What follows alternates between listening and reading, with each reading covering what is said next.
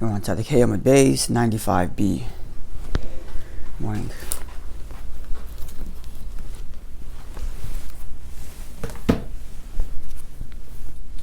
Tzadik Amud Beis.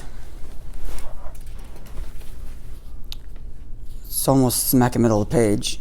It's the wider set of lines. The line begins with the word v'gomer, ends with the word hikam, and in the middle, towards the left side of the line, you have b'meh hikam. Shma mina b'meh hikam. How far you have from the... What's it start with? V'gomer? The line begins with the word v'gomer. Yeah, and then here b'meh hikam right here. Yeah.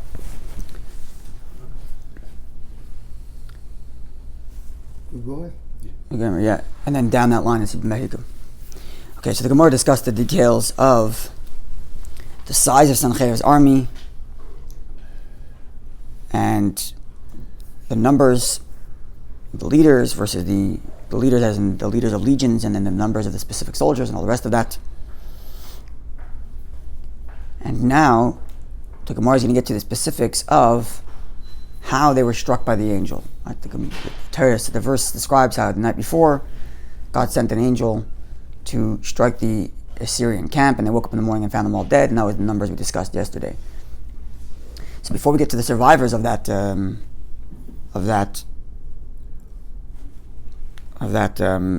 incident, the Gemara gets to how exactly the angel killed him. Again, like I said yesterday, although these details in this overarching storyline seem somewhat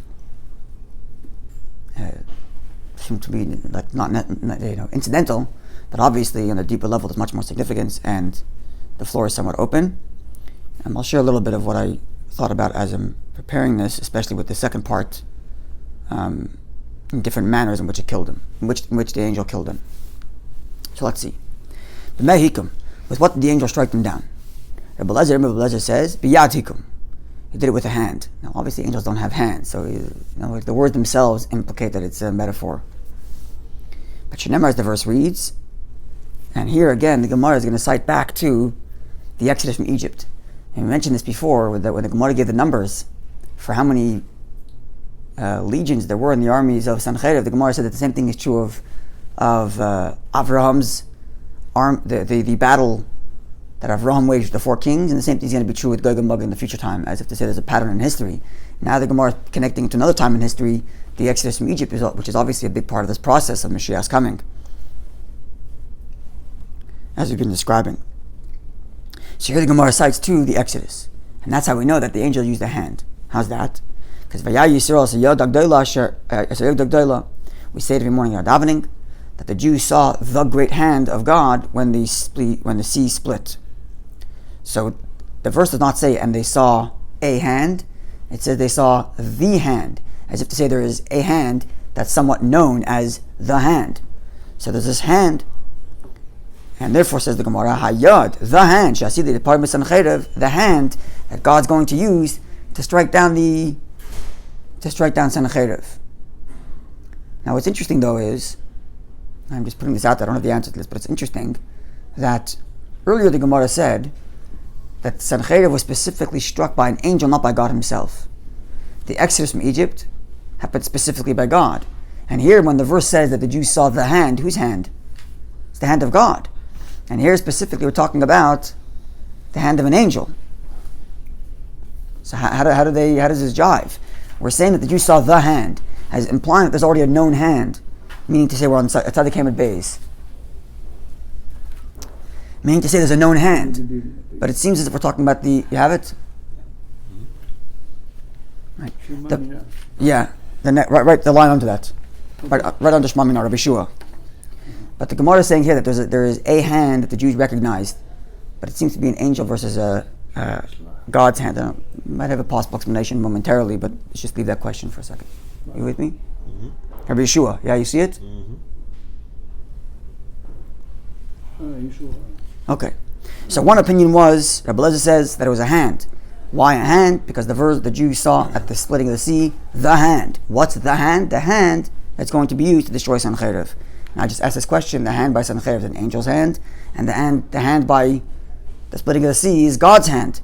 So why the comparison? And when the Jews see the hand, seemingly it's not the same hand. It's God's hand versus the angel's hand. So what does the hand mean? And it was with the fire? It's metaphorical, obviously, but it doesn't mention. It doesn't say here fire. No. Doesn't say. Okay. Rabbi Shua says it wasn't the hand, but etzba, but it was a finger. With the finger. Etzba, that the angel struck them down with a finger. Shnemar, as the verse reads, "Vayomer achartumim el paroi."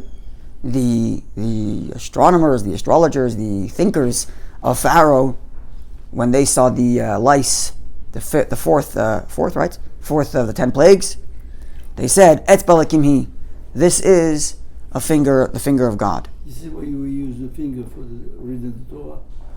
Okay, Maybe could be. The third plague is Kinim. By the third plague, not the fourth plague. Kinim, the lice. It's the lice, but I didn't know it's the third one, right? Down, so the Kinim, third one.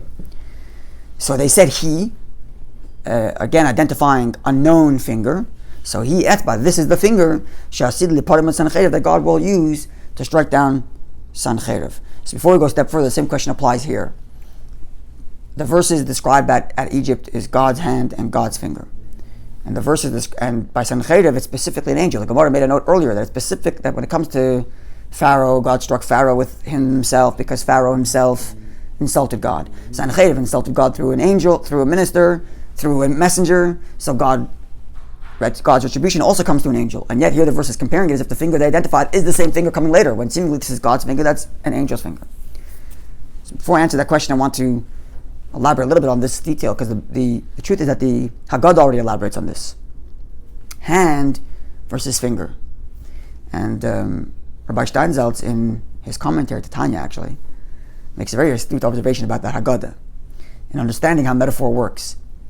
So the Haggadah basically says like this, that whatever happened at there's different opinions at in the Haggadah there. Let's just take one of them to keep it simple. At the 10 plagues was a finger, as the verse is described, etzba lekim, and at the splitting of the sea it was a hand. So therefore the Haggadah says like this: whatever happened at the plague with one finger, you have to times that by 5 when you get to the sea, because there's a hand. So what does that teach you about metaphor? It's a very beautiful idea, very good way of articulating and understanding how metaphor works. Even though things are under metaphor, but the metaphor has to match. Right? So whatever finger represents down here has to be 1/5 of what hand represents. Right? So if there's a spiritual hand and there's a spiritual finger, and the reason why one entity is metaphorically described as hand and one entity is metaphorically described as finger is because the finger is 1/5 of the hand. So on each realm, their comparative states match up exactly, but on their own realm. Follow what I'm saying? So there's a finger and a hand in the physical world. Another way of thinking about it is like this. You have a finger and a hand in the doll world also. And you understand that a hand is 5 times the size of a doll's finger. But that's in the doll world. In our world, a finger and a hand means something completely different, but there's the same comparison. 1 finger, 5 fingers. And the same thing is true as you climb higher and higher spiritual realms. The comparison to each other are the same. 1/5. Right, exactly. So Rabbi Steinsaltz uses that to explain language. When we use a mashal, it says, Kacha mamish al derech mashal. So too literally by way of example. So is it literally or by way of example? So he explains. It's literally in their comparative analysis by way of example, meaning to say, in their world it's exactly the same, but their world is only a comparative, is only by way of example to the other world. So, taking this a step further, and this perhaps answers the question of how we say that it's the hand, and yet we're talking about an angel versus God. Taking this a step further. What we just described is working from this world upward, meaning we're looking at our world as a reality, 1 finger, 5 fingers in a hand, and then trying to work backwards up to what happens in some spiritual realm of a spiritual finger versus a spiritual hand. Right? But obviously there are layers and layers and layers of that as you climb higher and higher. Now imagine you're coming from the other perspective. You're starting from the top highest world and you're coming down to our world. So what's really happening is, and this is a deep Kabbalistic idea expressed in what's known as Seder Shtalshlus, which means the chain of events as the divine revelation devolves. So the same energy that's in the 10 spheres of Atzilos, the highest of spiritual worlds, is the same energy, but it's just slowly diminished until it makes it into this physical world. a physical way of thinking about this is the electricity. I think we don't get our electricity from Niagara Falls. We get it from the dam up in Quebec, right? What's it called? James Bay. Sorry? James Bay. James Bay, that's right. It's near Quebec City, isn't that right? No, it's farther north. No. Farther north? So the electricity that's in the light bulb here does come from there. It's just gone through 100 circuits, I don't know what, I think it's called circuits, till it finally diminishes the amount of electricity so that it can actually fit in the light bulb. But it's really the exact same electricity in here that goes all the way back till there. So the divine energy that's invested in my fingers and hands are the same divine energy that's invested in the spiritual finger and hand. It's just that the spiritual finger and hand has it on this huge, massive scale. Obviously, huge are physical words that don't properly convey the point, and in much more intense, truer fashion. And then in my hands, they're much more dumbed down to some cheap version that can fit into my physical little hands. All to say that from that perspective, the hand of the angel is the hand of God. The question is, if it's been diminished to angel level or been diminished further to physical human level, it's all divine energy. So the verse can still say this, in other words, the Gemara can still say, this is the hand of God, even though it's talking about the hand of an angel at Sanhedrin, because it's the same one. It's the same hand, but at a higher level for Pharaoh, a less diluted version, and a more diluted version at Sanhedrin, but it's the same hand, if you will. Is that somewhat clear? It's like if I were to... Metaphor. Sorry? Metaphor. I know, but I'm trying to convey how this works. It's like a step-down transformer. Like a what? A step-down transformer, that's what I understand. Step down? Transformer. I don't know what that means. Well, I'll explain it. Yeah, You're right. yeah, When you have the high voltage, like from the Yeah. base, they put a very high voltage, we can't use that. So you Yeah. have it's called a transformer. Okay, sorry, I said High circuit, not voltage circuit, transformer. to a lower voltage. Yes, correct. So you can use it. Yes, but it's the exact same energy. The same energy, just That's a correct. transformer in a manner we can use. That's right, exactly. That's a way of thinking about it. Transformer, yeah. Yeah. So it's not a perfect metaphor. And one of the reasons why it's not a perfect metaphor is because what are they called? Transformers? Transformer. These transformers only dilute the energy quantitatively, but qualitatively they remain the same. In other words, the quality of electricity in the light bulb is the same quality of electricity that's in the actual. Same 60 cycles. 60 Yeah, it's just the transformer dilutes the intensity of it, dilutes the quantity of it. But when you talk about spiritual worlds, even the quality changes. But still, the metaphor it's a little better than no metaphor at all. Yeah. But the point I'm trying to make here is that when you say God's hand and you say angel's hand, it is the exact same hand. The difference is only that one is a more diluted version and thus comes packaged in what's known as an angel, whereas this is a more higher voltage version and therefore it's God's hand directly, if you metaphorically speaking. In Tanya terms, would it be correct to say like the divine energy of the animating soul, not the animal, but the animating soul is the same type of comparison? Like the divine energy is very diminished, which animates us. Yes. But it's still the same energy, it's just from a much... Correct. Right. The Alter Rebbe says that in 2 words. Nishtal Shalom. Right at the beginning of chapter 3, when he introduces you to the 10 attributes, he said that the 10 attributes match the 10 spheres because they devolved from them. Nishtal Shalom, they devolved from them. In other words, the 10 attributes you have are a small, dumbed-down version, devolved, Nishtal Shalom, from the original 10 spheres. But that's correct. Okay. So it's the exact same divine, which explains the whole Igeret HaTshuva, how there's one line that connects your neshama to God, to divine energy, and the name of Hashem is slowly evolved into you, and when you do a sin, you're affecting not just you, but also the name of Hashem. It's all because it's one line. It's one going through a bunch of transformers, but one line of divine energy. It's correct. Okay. So now the Gemara now gives 3 different versions of how the angels smote the Sanhedrin. And here I might have, I think I have something of how this can translate into our lives. Okay, so let's see where we are.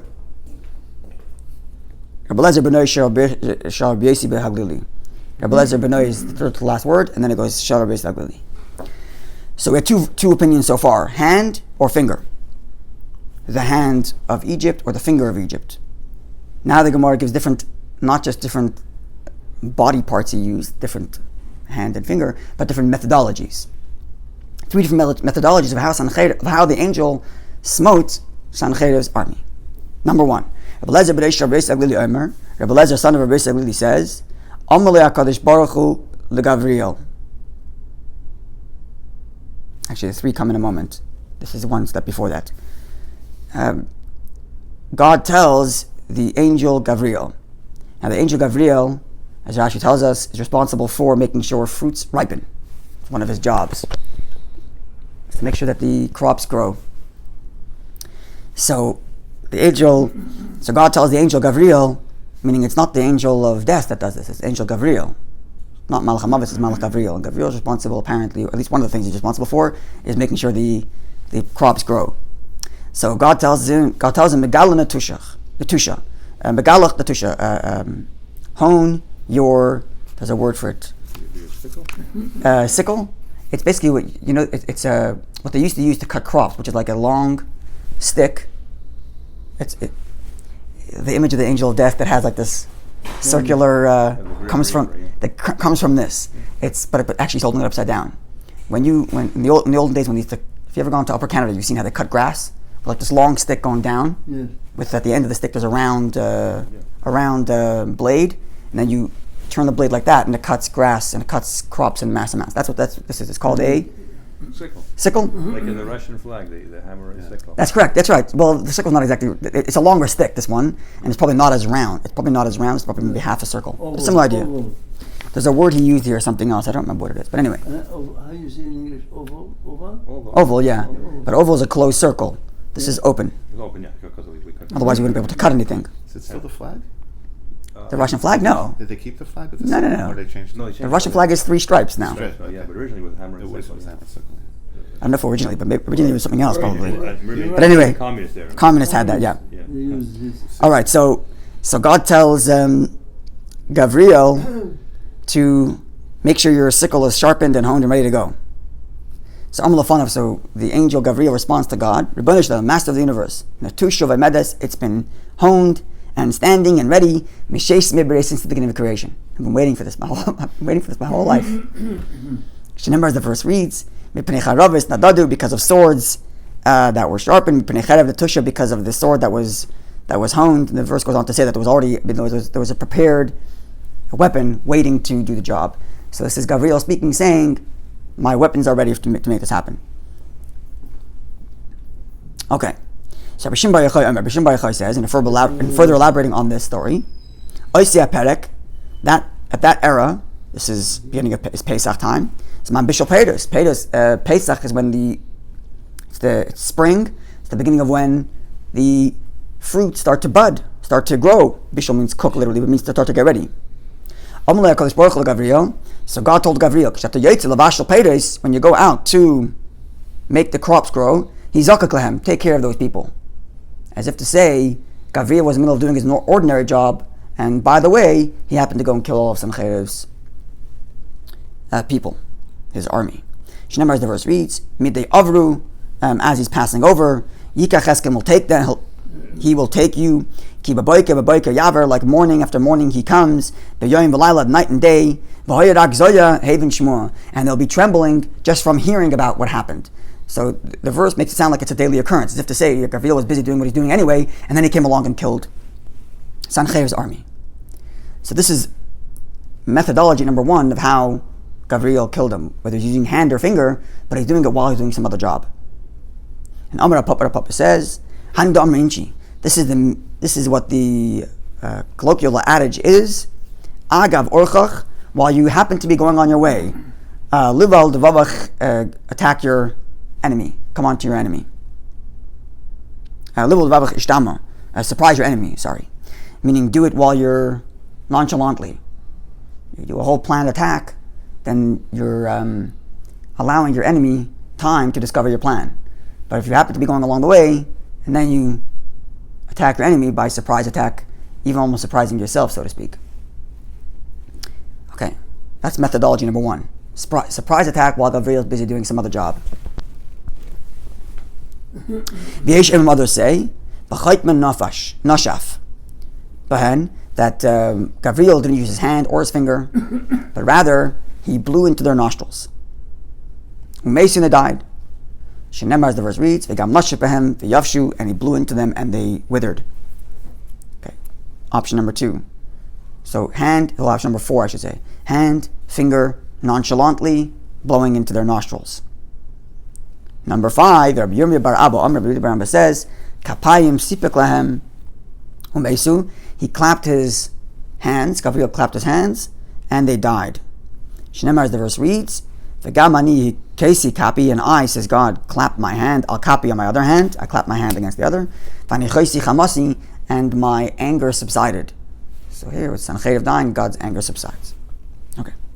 Rabbi Tzchak says, as Naim Gilo Lehem, Gavriel overexposed their ears. V'shamu shira mipiach chayos, and they heard the song of the animals.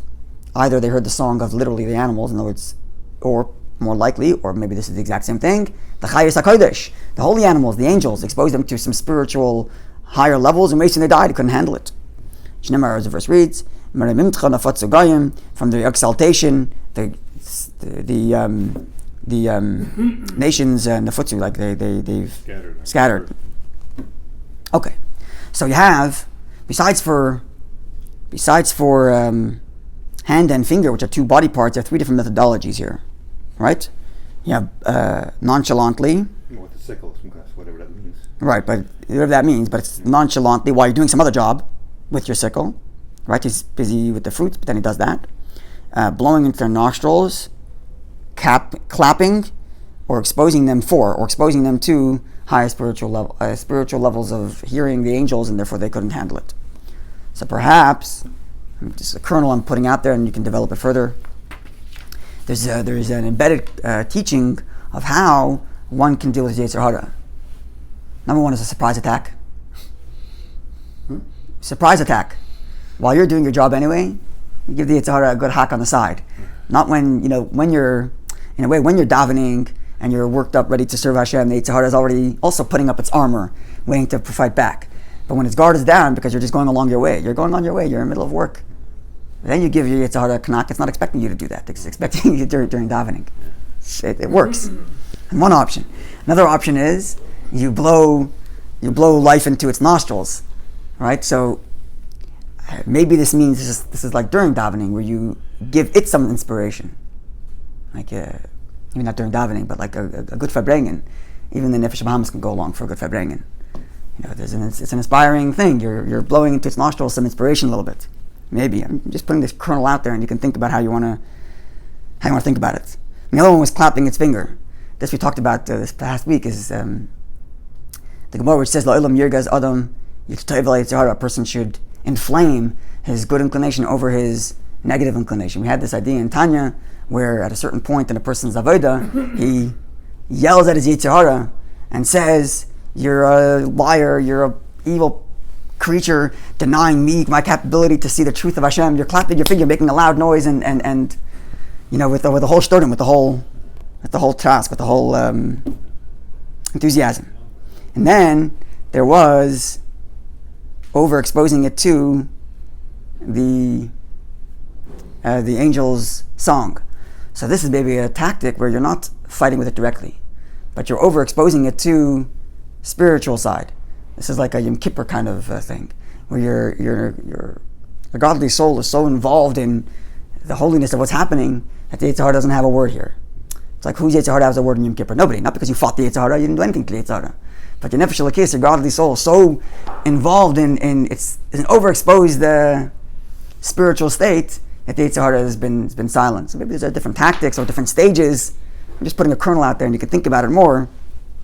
Maybe it means spend a lot of time in the Beis Midrash and in the learning environment and everything. And overexpose it to the song. Right. There's no room for him. Like, he's got to either join, or stop. Can't beat him. Just join him. So. Yeah. I mean, because you can only have Yom Kippur one day out of 365. Right? That's true. So you can think of them as different tactics, maybe different stages, but it's just a kernel of an idea. You can think about what these things mean in terms of fighting the Yetzer Hara. Just go ahead. Good day. Okay, we'll stop over here because the Gemara is now going to get to a whole new topic, which is how many survivors were there after the Battle of Sanhedrin. And then we're going to get to one of the most incredible stories in the Gemara.